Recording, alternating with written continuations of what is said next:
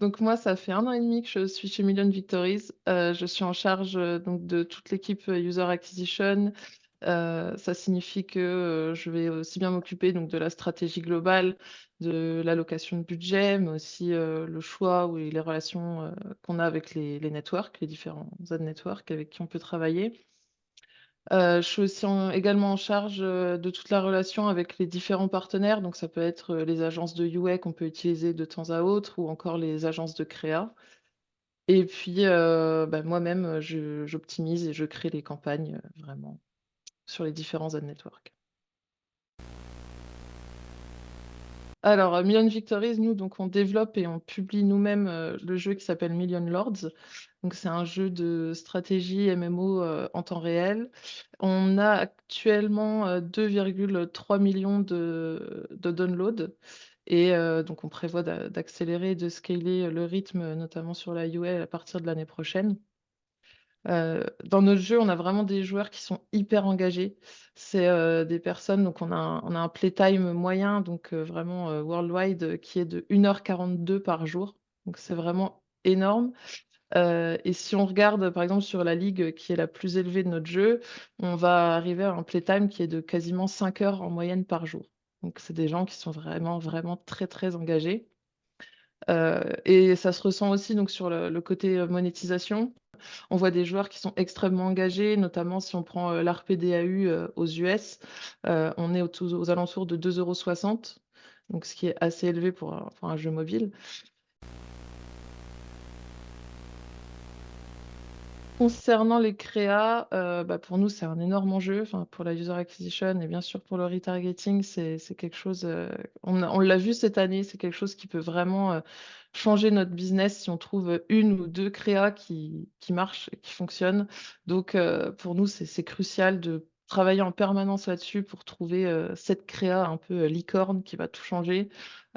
Je sais que quand on trouve une créa qui fonctionne comme ça peut vouloir dire on peut augmenter, nos spends, on peut faire fois 2 fois 4 même, pendant quelques semaines, jusqu'à ce que la fatigue en fait se fasse ressentir et dans le même temps le ROAS augmente. Donc, c'est vraiment, quelque chose qui est game changer pour nous, les créas et donc en termes d'engagement, on travaille évidemment, beaucoup avec l'équipe de prod puisque, une fois que le joueur est acquis, en fait, ça commence réellement. Nous, notre métier s'arrête, mais finalement, il y a autre chose derrière. Donc, l'équipe de prod, pour eux, le but, ça va être de les retenir le plus longtemps possible. Donc, on a un système, nous, de saison dans notre jeu qui se réinitialise, tous les 15 jours. Donc, ça permet de garder un gros intérêt pour la compétition, puisqu'on a des joueurs qui sont vraiment très compétitifs pour la plupart.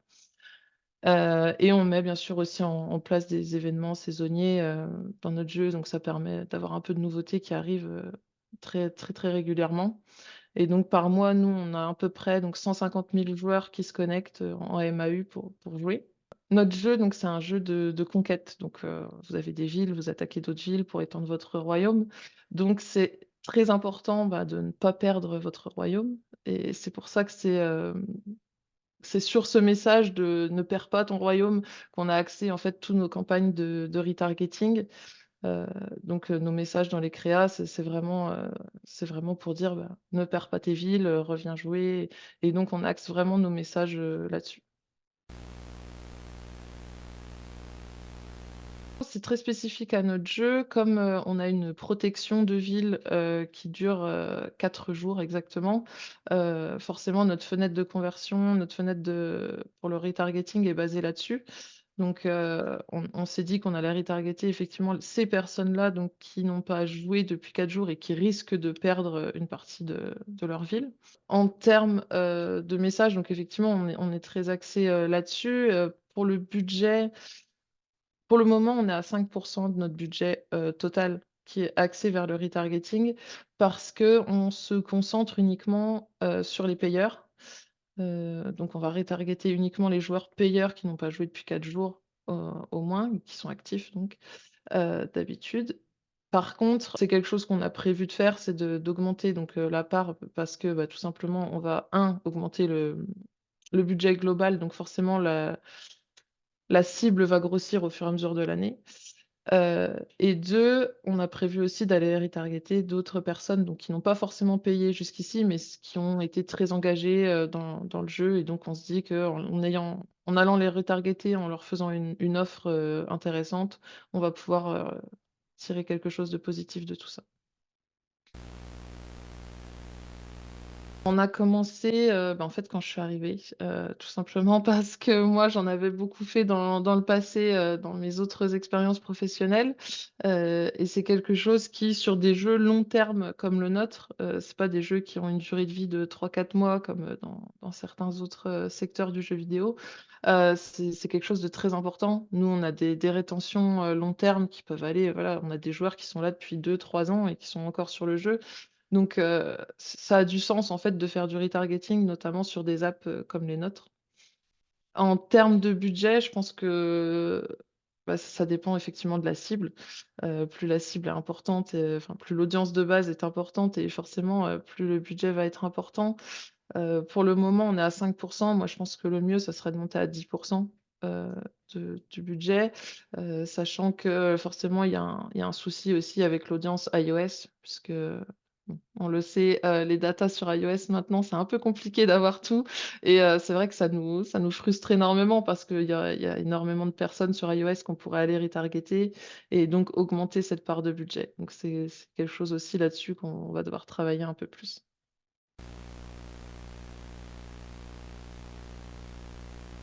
Qu'il y a des joueurs qui, ne peuvent pas se connecter, en semaine parce qu'ils travaillent ou au contraire le week-end, parce qu'ils sont en famille.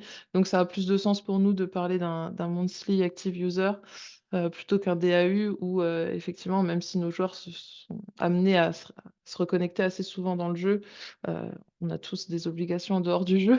Mais, c'est pour ça qu'on parle beaucoup, des MAU et qu'on met plus l'accent dessus parce qu'on se dit qu'effectivement, jouer tous les jours, à un jeu, c'est pas forcément, faisable pour tout le monde. Du coup, pour la rétention, donc quand on acquiert en fait 100 joueurs, nous, on va en garder, 29 qui vont réellement, se mettre à jouer régulièrement dans le jeu, en moyenne.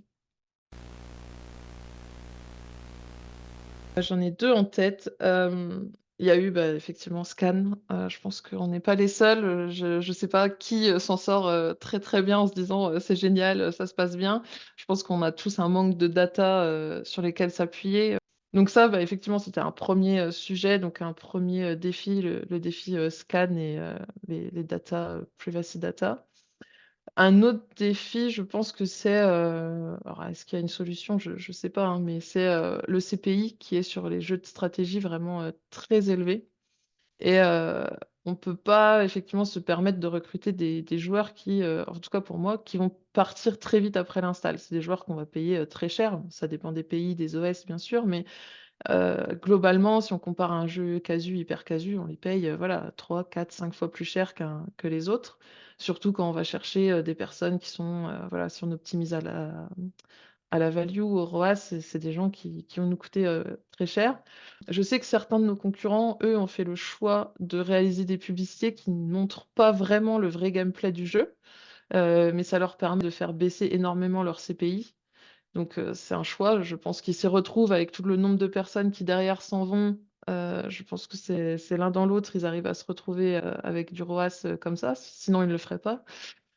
Nous, chez Million Victories, on a pris le parti totalement inverse, c'est-à-dire qu'on cherche à réaliser des pubs, qui collent le plus possible à notre jeu et à la réalité et donc notre CPI reste haut puisqu'on présente effectivement un jeu de stratégie, on ne ment pas, on le dit, voilà.